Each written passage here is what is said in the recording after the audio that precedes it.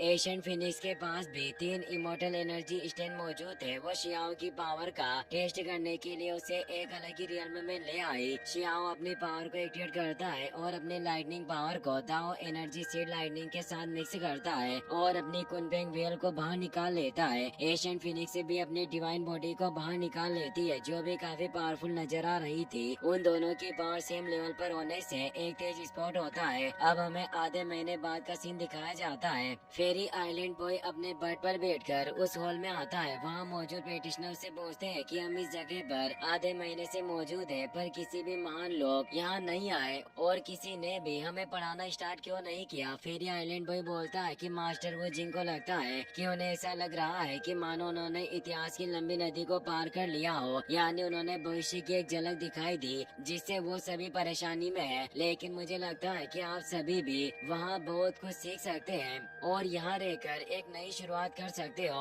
और अपने तरीकों से ही चीजों को सीख सकते हो। अभी 6 से बाद इमोर्टल किंग मानव जगत के पुनर्जन्म की संभावना का अनुमान लगाने में लगे हुए हैं, इसीलिए उनके पास भी वक्त नहीं है। स्वॉर्डमैन मजाक में बोलता है कि युआन जोंग ने वादा किया था कि इस बार वो हमें अपने पैतरे बताएंगे, पर अभी तक कुछ भी शुरू नहीं हुआ। ऐसा लग रहा है कि युआन जोंग इमोर्टल किंग अपने वादे से मुकर रहे हैं, इसीलिए क्या अब वो अपना नाम बदलने वाले हैं। शियाओ को भी इस बात पर हंसी आ जाती है और वो बोलता है कि इस जगह का माहौल वाकई काफी ज्यादा अच्छा है। इस यंगर जनरेशन को सिर्फ सम्मान की आवश्यकता है। ये लोग उन महान लोगों का भी मजाक उड़ा रहे हैं जो हजारों लोगों के लिए एक मिसाल है। शियाओ अब कई दिनों तक फ्लावर गर्ल, स्वॉर्डमैन और एशियन फिनिक्स के साथ ही रहा। वो अब अच्छे दोस्त बन गए और साथ में वक्त गुजारा करते थे। इससे उनमें काफी गहरी दोस्ती हो गई। अब शियाओ और स्वॉर्डमैन एक दूसरे से सीखने के लिए स्वॉर्ड फाइट करने लगते हैं।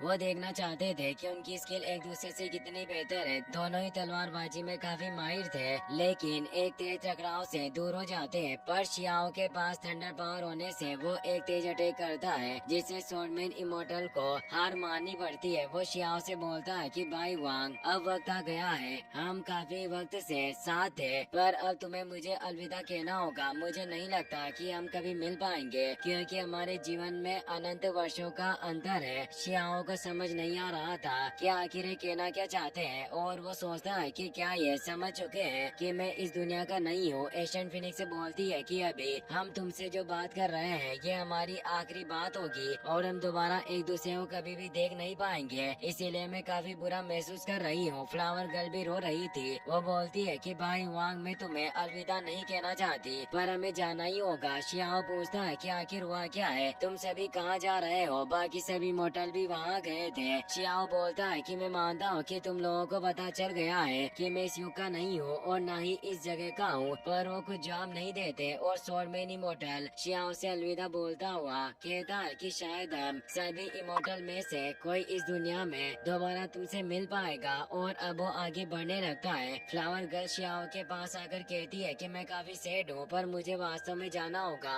और अब दोबारा कभी नहीं मिल पाएंगे, और वहाँ से आगे बढ़ जाती है। एशियन फिनिक्स शियाओ से कहती है कि वांग, तुम्हें अच्छे से जीना होगा और कोशिश करनी होगी कि तुम बहुत जल्दी ना मर जाओ, और वो भी वहाँ से जाने लगती है। पर शियाओ उसका हाथ पकड़कर रोक लेता है और बोलता है कि ऐसी बातें मत करो और प्लीज मुझे बताओ कि आखिर यहाँ क्या हो रहा है और तुम सभी कहाँ जा रहे हो। तभी वहाँ का मौसम बिगड़ने लगता है और तेज लाइटनिंग के साथ काले बादल वहाँ छा जाते हैं। स्वॉर्डमैन बोलता है कि वो सभी आ रहे हैं, इसीलिए हमें तैयार रहना होगा। तभी वहाँ डार्क क्लाउड के अंदर इविल आई नजर आती है और काफी सारी केओस एनर्जी उन सभी इमोर्टल की तरफ टेंटिकल्स के रूप में बढ़ रही थी। वो सभी इस मुसीबत के लिए तैयार हो रहे थे और अब वो इससे युद्ध करने के लिए आगे बढ़ते हैं। शियाओ को कुछ समझ नहीं आ रहा होता। वो डार्क एनर्जी इतनी शार्प थी कि वो इमोर्टल्स को मारते जा रही थी। शियाओ ये देखकर काफी परेशान हो जाता है और उसे काफी गुस्सा आता है। वो भी सभी इमोर्टल की मदद करने के लिए अपनी लाइटनिंग पावर को एक्टिवेट करता है, पर उसके अटैक से उन डार्क एनर्जी पर कोई असर नहीं हो रहा था। शियाओ समझ जाता है कि वो इस लड़ाई में इंटरफेयर नहीं कर पा रहे हैं। इस जगह पर इमोर्टल युआन जोंग और 6 से बाद रिइंकार्नेशन इमोर्टल भी मौजूद थे, जो भी इस डार्क एनर्जी के खिलाफ लड़ रहे होते हैं। स्वॉर्डमैन, फ्लावर गर्ल और फिनिक्स गर्ल भी तेजी से उन डार्क एनर्जी पर अटैक कर रहे होते हैं और उन डार्क टेंटिकल को उनके पास पहुंचने से रोक रहे थे। फ्लावर गर्ल अपनी मल्टीपल फ्लावर टेक्निक से डार्क एनर्जी को खत्म कर देती है, पर अब कई सारे केओस टेंटिकल उसकी तरफ बढ़ने लगते हैं में, जिससे वो बच नहीं पाती और एक डार्क टेंटिकल उसे इंजर्ड कर देता है। शियाओ ये देखकर काफी परेशान हो जाता है। किरिन बीस्ट भी दूर गिरने लगता है और वो एक वर्ड पोर्टल के थ्रू वहाँ से गायब हो जाता है। शियाओ फ्लावर गर्ल को बचाने के लिए तेजी से उसके पास जाकर उसे पकड़ने की कोशिश करता है, पर उसका हाथ आर पार निकल जाता है क्योंकि ये सब एक इल्यूजन था और ये घटनाएं हजारों सालों पहले ही घटित हो चुकी है। फ्लावर गर्ल तेजी से नीचे गिर जाती है। शियाओ उसे उठाने की कोशिश कर रहा होता है पर वो कुछ नहीं कर पा रहा होता। फ्लावर गर्ल उसे बोलती है कि तुमने देखा ना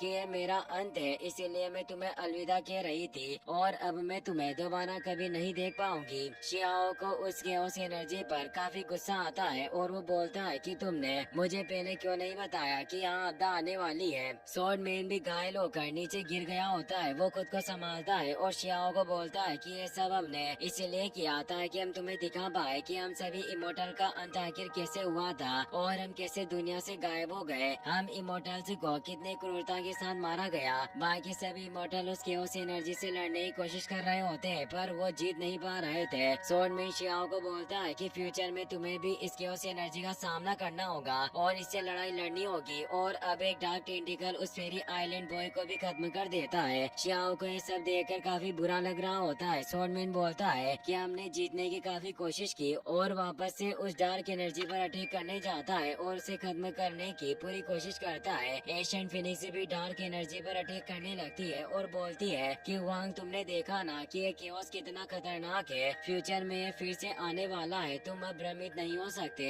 शियाओ सोचता है कि यह नजारा इन इमोर्टल की महान पावर के द्वारा बनाया गया एक चमत्कार है जिससे मैं इस पुरानी लड़ाई को देख पा रहा हूँ और इस दृश्य का गवाह बना हूँ। फ्लावर गर्ल बोलती है कि 6 से 5 रीइंकार्नेशन इमोर्टल भी इस एनर्जी का सामना नहीं कर पा रहे और अब मेरे अंत का भी वक्त हो चला है। वो मरना नहीं चाहती पर उसकी बॉडी नष्ट हो जाती है। एशियन फिनिक्स शियाओ को बताती है कि सभी लोगों ने अपने टेंटिकल पाथ पर आगे बढ़ने के लिए अपनी महान जादुई शक्ति का इस्तेमाल किया और इस प्राचीन शक्ति को रिक्रिएट किया। शियाओ बोलता है कि यह सब अगर प्राचीन समय में घटित हुआ था तो मैं व्यक्तिगत रूप से तुमसे बात कैसे कर सकता हूँ और तुम्हारे साथ इतने दिनों तक कैसे रहा। वो बताती है कि कई सारे एल्डर इमोर्टल के पास अनोखी जादुई शक्तियाँ थी जिससे तुम हमारे साथ जुड़ पाए और ये सब तुम्हारे ताओ की वजह से हुआ और तुम इस स्मॉल वर्ल्ड के साथ जुड़ गए और इस अतीत ने तुम्हें अंदर खींच लिया और अब उसे अपने रियल में ले आई थी। वो बताती है कि फ्यूचर के खतरों से तुम्हें अवगत कराने के लिए महान इमोर्टल्स ने अपनी जादुई शक्तियों से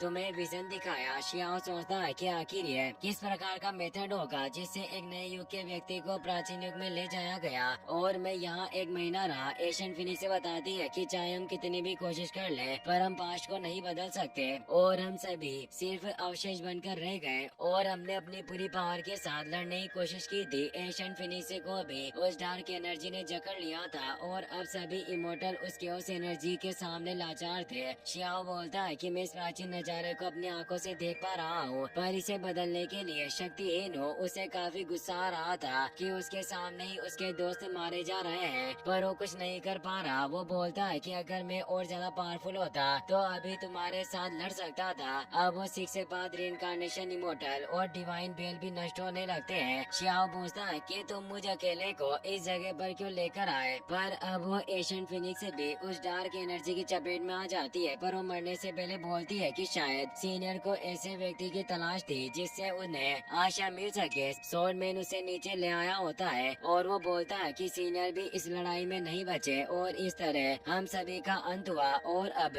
उसकी स्वॉर्ड भी टूटकर 2 हिस्सों में बढ़ जाती है और उनकी बॉडी नष्ट हो जाती है। शियाओ एक वचन लेता है कि यंग लोग अगर फ्यूचर को प्रभावित कर सकते हैं और मुझे यहाँ बुलाया गया, अगर मैं काफी ज्यादा मजबूत होता तो मैं पास्ट को बदलने के लिए एक फॉर्मेशन को क्रिएट कर पाता जिससे तुम सभी को बचाया जा सकता है पर मैं इतना स्ट्रॉन्ग नहीं हूँ और अब वो असली दुनिया में आ जाता है जहाँ वो पर्पल बेम्बो फॉरेस्ट में था पर अब वो खंडर बन चुका होता है। शियाओ के आंखों में आंसू होते हैं क्योंकि उसने अपने दोस्तों को खो दिया। वो उन्हें अलविदा कहता है और बोलता है कि मुझे उम्मीद है कि मैं किसी दिन तुम सभी से फिर से मिल पाऊंगा। शियाओ जब आगे आता है तो उसे स्वॉर्ड मैन की कटी हुई तलवार दिखाई देती है पर जब वो उसे उठाता है तो धूल बनकर नष्ट हो जाती है। शियाओ उन सभी को रेस्पेक्ट देता है और कहता है कि मैंने हाल ही में प्राचीन इमोर्टल के दोस्तों का एक ग्रुप बनाया लेकिन मैं सिर्फ उन्हें मरते हुए देख सका। क्या इस सब विजन का उद्देश्य मुझे अराजकता की क्रूरता का एहसास दिलाना था कि अराजकता बाहर पावरफुल लोगों को भी नहीं बख्शती। क्या ऐसा हो सकता है कि जब यह अराजकता दोबारा आए तब मेरे दोस्त भी